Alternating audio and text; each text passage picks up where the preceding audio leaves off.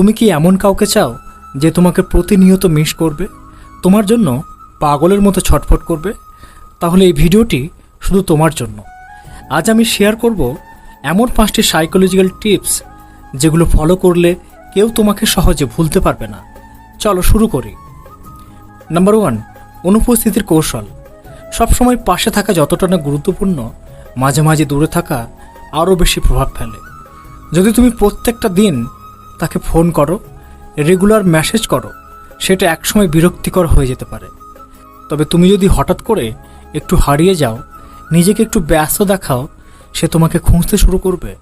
মানুষ সাধারণত হারানোর ভয়ে বেশি আকৃষ্ট হয়, তাই মাঝে মাঝে মিস ইউ বলার সুযোগটাকে দাও। নাম্বার 2, নিজেকে উন্নত করো সব দিক থেকে। তুমি যদি সত্যিই চাও কেউ তোমাকে পাগলের মতো ভালোবাসুক, তাহলে নিজেকে এমন করে গড়ে তোলো যাতে সে গর্ব করে বলতে পারে, এই ছেলেটা বা মেয়েটা আমার।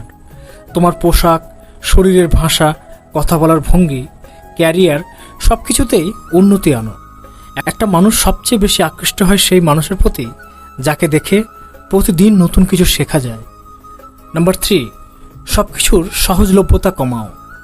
সব কথায় হ্যাঁ বললে, সব প্ল্যানে রাজি হলে তুমি ধীরে ধীরে সাধারণ হয়ে পড়বে।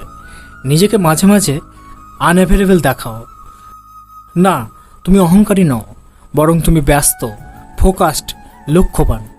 একটু দেরিতে রিপ্লাই দাও, মাঝে মাঝে নিজের সময় নাও, দেখবে সে তোমার প্রতিক্রিয়া পাওয়ার জন্য অস্থির হয়ে উঠবে। নাম্বার 4, একটি নিজস্ব গন্ধ বা স্টাইল রাখো। হয়তো এটা অদ্ভুত শোনাবে, কিন্তু একটা পারফিউম বা নিজস্ব স্টাইল এমন জিনিস যেটা মানুষকে স্মৃতির মধ্যে বাঁচিয়ে রাখে।